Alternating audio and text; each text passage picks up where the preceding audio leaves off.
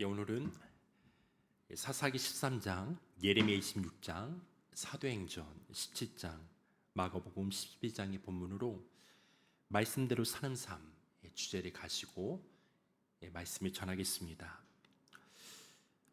우리는 수많은 기준 속에 살아갑니다. 사람마다 옳다는 것이 다르죠. 세상은 끊임없이 새로운 성공의 기준과 삶의 방식을 우리에게 제시합니다. 그러다 보니 무엇에 따라 살아야 하는지 마음이 흔들릴 때도 적지 않습니다. 하지만 성경은 우리에게 분명한 길을 보여주고 있습니다. 그리스도인에게 삶의 기준은 시대의 유행도 내 생각도 아닙니다. 우리의 삶을 붙들고 방향을 바로 세우는 기준은 오직 하나님의 말씀입니다. 말씀은 우리를 억누르는 규칙이 아닙니다. 생명의 길로 이끄는 하나님의 뜻인 거죠. 오늘 본문은 저마다 다른 삶의 자리에서 말씀을 대하는 다양한 사람들의 삶의 이야기를 들려주고 있습니다. 말씀대로 자녀를 세우려는 부모, 그리고 타협하지 않고 끝까지 말씀이 전한 선지자, 기록된 말씀을 붙들고 복음을 전한 사도의 이야기, 그리고 말씀을 완성하시고 사랑의 길을 몸소 보여주신 예수님을 만나게 됩니다. 오늘 이 말씀 앞에서 우리도 자신을 돌아보기를 원합니다. 나는 무엇을 기준으로 살아가고 있는가? 내 생각과 감정 또는 세상의 기준을 가지고 살아가고 있지는 않은지, 아니면 하나님의 말씀에 삶을 맡기고 있는가? 오늘 말씀을 통해서 그 기준이 계속해서 우리가 명확하게 우리 삶 가운데 드러나고 그 말씀의 기준을 삼고 살아가는 우리 모두가 되기를 주님의 이름으로 축원합니다. 오늘 첫 번째 본문인 사사기 13장은 영적으로 가장 어두웠던 사사 시대를 배경으로 하고 있습니다. 사람마다 자기 소견에 옳은 대로 행하였더라. 이 말씀 반복되던 시대였죠. 그런 혼란 속에서 하나님은 단지파 소라 땅의 한 가정이 찾아오십니다. 마노아의 아내는 아이를 갖지 못해서 그런 아픔을 가지고 있는 사람이었죠.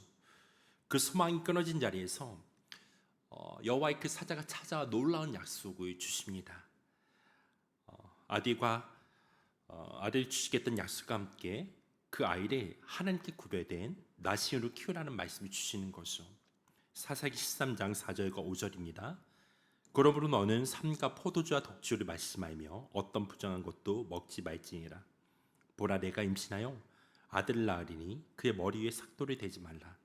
이 아이는 태에서 나옴으로부터 하나님께 바쳐진 나시린이 됨이라.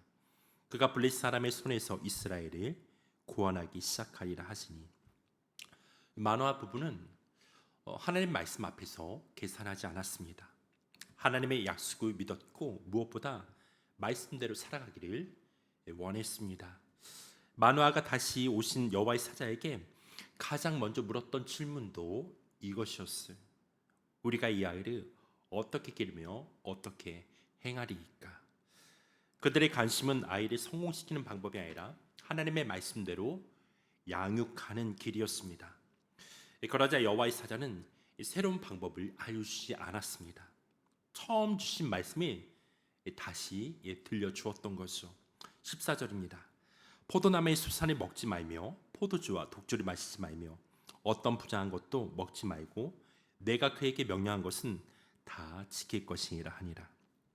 결국 하나님의 뜻은 특별한 비법이 아니라 하나님의 말씀 그대로 순종하며 살아가는 것이었어요.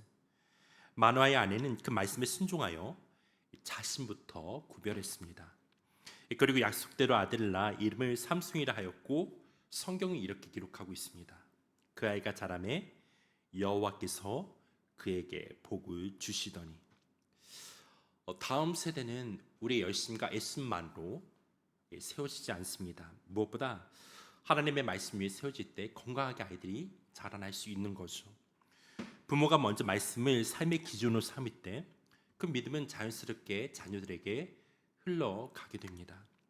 세상의 기준이 끊임없이 바뀌지만 하나님의 말씀 영원토록 변하지 않습니다.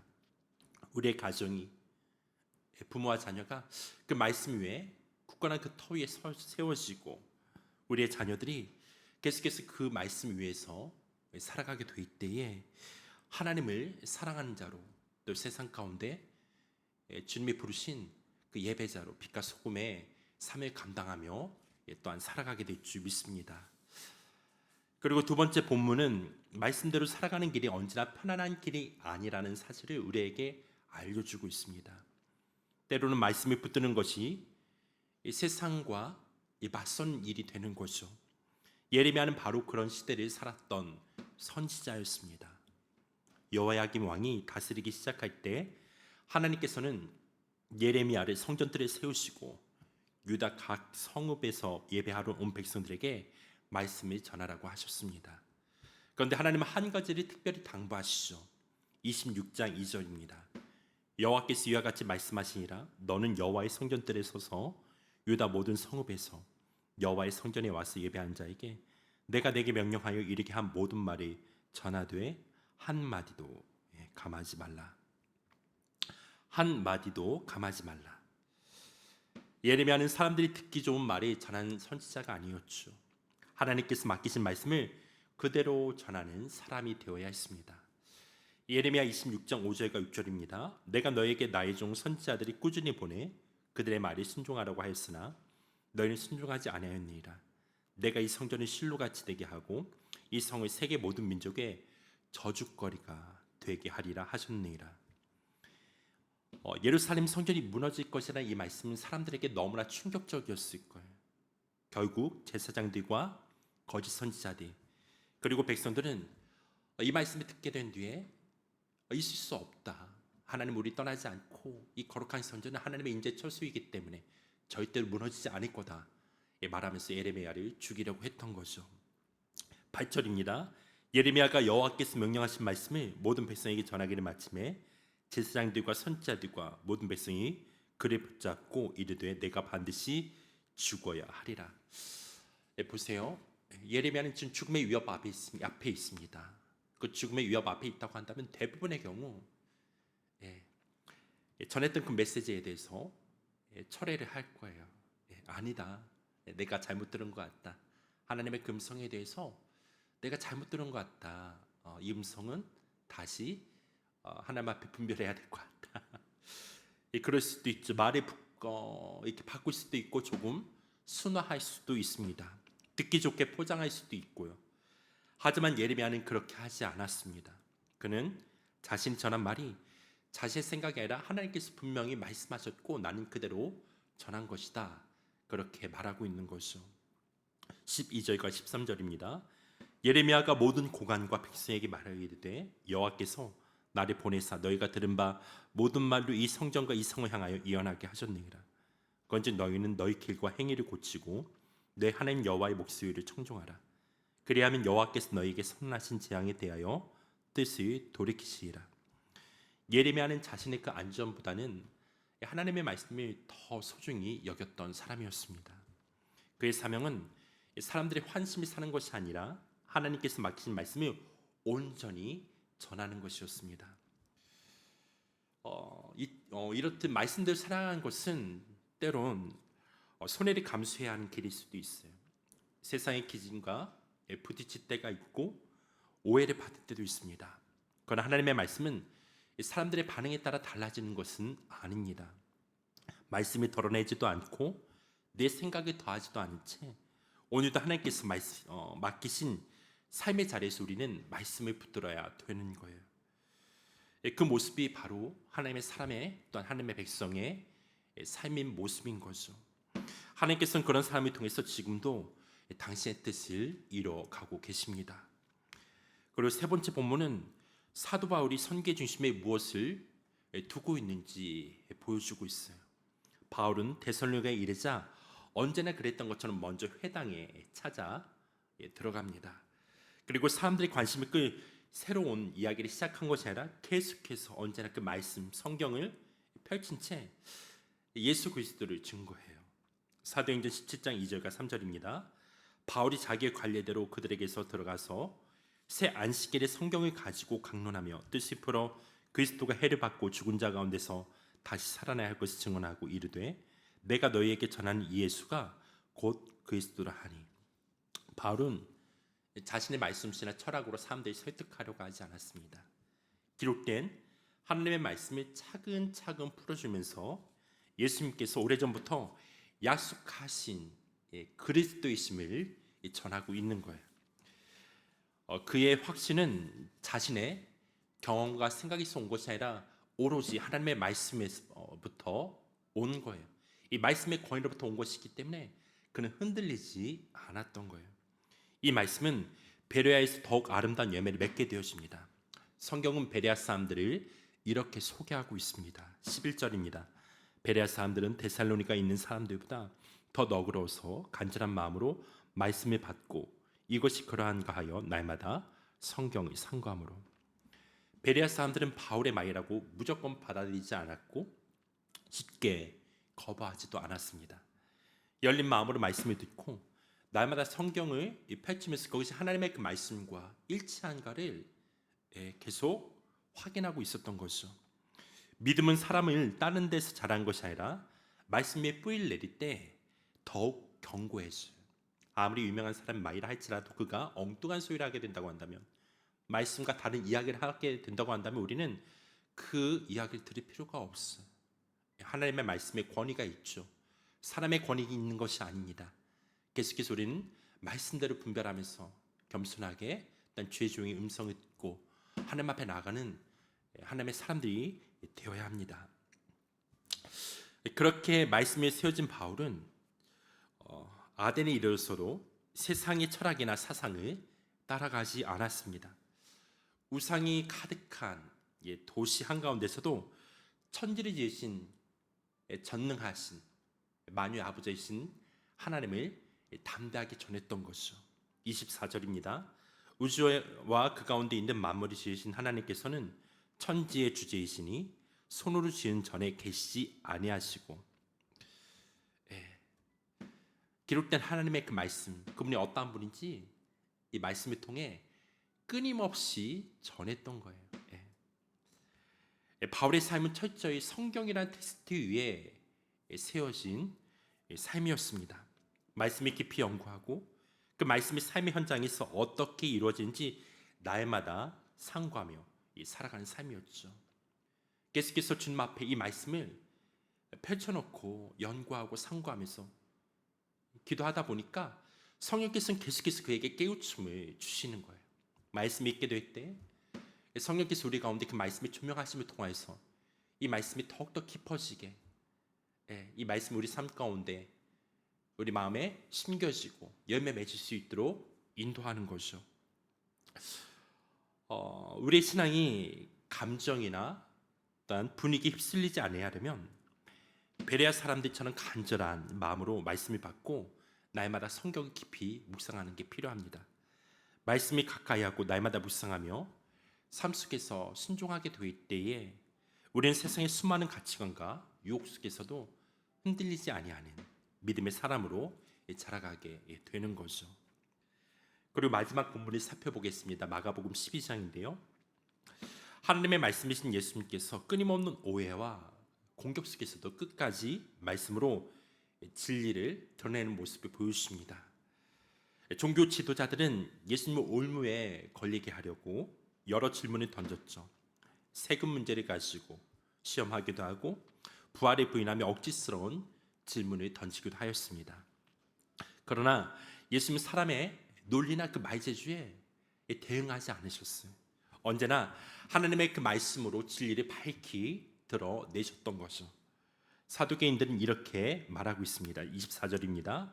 예수께서 이르시되 너희가 성경도 하나님의 능력도 알지 못함으로 오해함이 아니냐. 그들의 문제는 질문이 많아서가 아니라 하나님의 말씀을 바르게 알지 못하는 데 있다라는 거예요. 성경을 알고 있다고 생각했지만 정작 성경이 가리키는 그 하나님에 대해서 알지 못하고 있었던 거죠. 이어 서기관이 가장 큰 계명이 무엇이냐고 묻자 예수님은 율법 전체를 한 문장으로 정리하십니다. 30절 31절입니다. 내 마음을 다하고 목숨을 다하고 뜻을 다하고 힘을 다하여 주 너의 하나님을 사랑하라 하신 것이요 둘째는 이것이니 내 이웃을 내 자신과 같이 사랑하라 하신 것이라. 이보다 더 큰 계명이 없느니라. 예수님 말씀에 단지 해석하는 분이 아니었던 것이죠. 말씀의 본 뜻을 드러내시는 분이었습니다. 그리고 그 말씀을 삶으로 이루신 분이었어요. 하나님을 끝까지 사랑하셨고 죄인된 우리를 끝까지 품어내시면서 십자가를 지심으로 그 사랑을 온전히 나타냈다라는 거예요. 하나님과의 사랑과 이웃 사랑. 여러분, 성경이라는 그 넓은 대양, 그 바다에서 낚시꾼이 낚시를 하잖아요. 그러면 두 가지가 끌려온다라고 얘기를 해요. 뭐냐면 하나님 사랑과 이웃 사랑이다. 성경은 하나님을 사랑하고 이웃을 사랑하는 것, 이것을 명백하게 증거하고 말하고 있다라고 얘기를 하는 것이죠. 너무나 중요한 거예요. 사랑하는 성도들은 말씀을 많이 아는 것으로 우리는 그것이 신앙이 좋다라고 말해서는 안 됩니다. 말씀이 바로 비로소 삶이 됐대. 하나님을 사랑한다고 하지만 내 이웃을 사랑하지 않는다라고 한다면 그것은 신앙이 좋은 게 아니에요. 우리가 하나님을 사랑하고 이웃을 사랑하게 될 때 비로소 열매를 맺게 되는 것이죠. 예수님께서는 말씀을 가르치셨을 뿐만 아니라 말씀대로 사셨던 분이십니다. 우리도 말씀에 있는 데서 머무르지 않고 말씀을 살아내는 사람이 되어야 하는 거죠. 하나님을 사랑하고 이웃을 사랑하는 삶 속에서 하나님의 말씀은 오늘도 우리의 삶 가운데 살아 움직이게 될 것입니다. 결론을 맺겠습니다. 오늘 우리는 서로 다른 시대를 살았던 믿음의 사람들을 만나봤어요. 그들에게 공통된 한 가지가 있다면 자신의 그 생각보다 그 감수성보다 하나님의 말씀을 먼저 내세웠다라는 거예요. 마노아 부부는 혼란한 그런 시대 속에서 세상의 기준과 가치를 가지고 자녀를 양육한 게 아니라 오직 하나님의 말씀대로 양육하기를 원했습니다. 이렇게 뭐라고 하죠? 복이 있다라고 얘기를 하는 거예요. 그리고 예레미야는 죽음의 위협 앞에서도 그 말씀을 철회하지 않고 끝까지 하나님의 말씀을 온전히 전했던 사람이었죠. 바울은 사람의 지혜가 아니라 성경을 붙들고 예수 그리스도를 담대하게 전했던 사람이에요.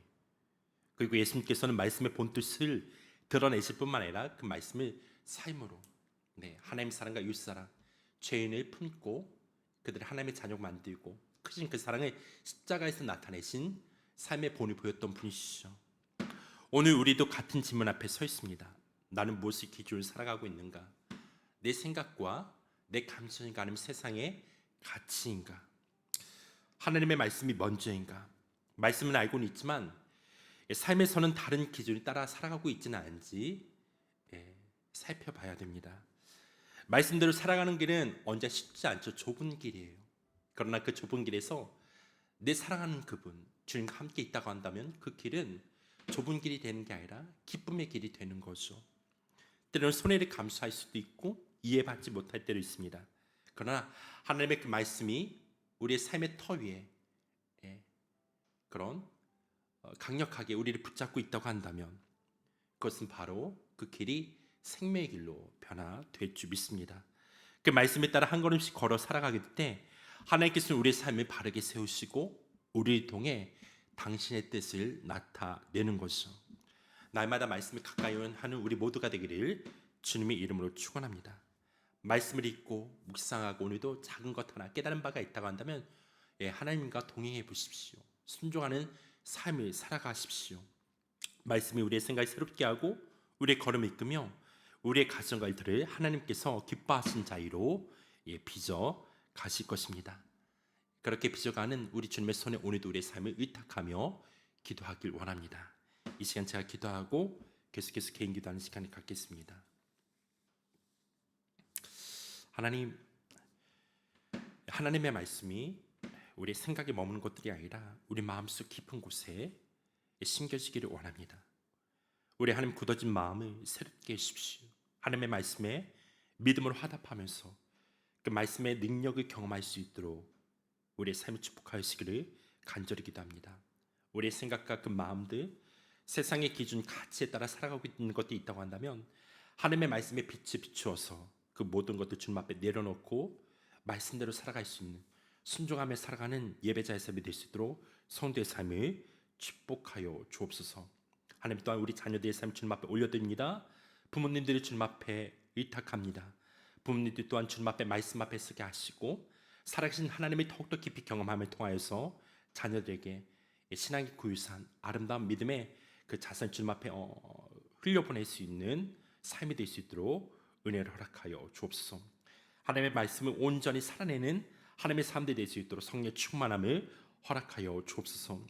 이 아침에도 주님의 얼굴을 구하고 기도하는 하나님의 백성들 가운데 성령님 역사하여 주옵소서. 주의 뜻이 이뤄가는 삶이 될 수 있도록 축복하여 주옵소서. 예수님의 이름으로 기도했습니다.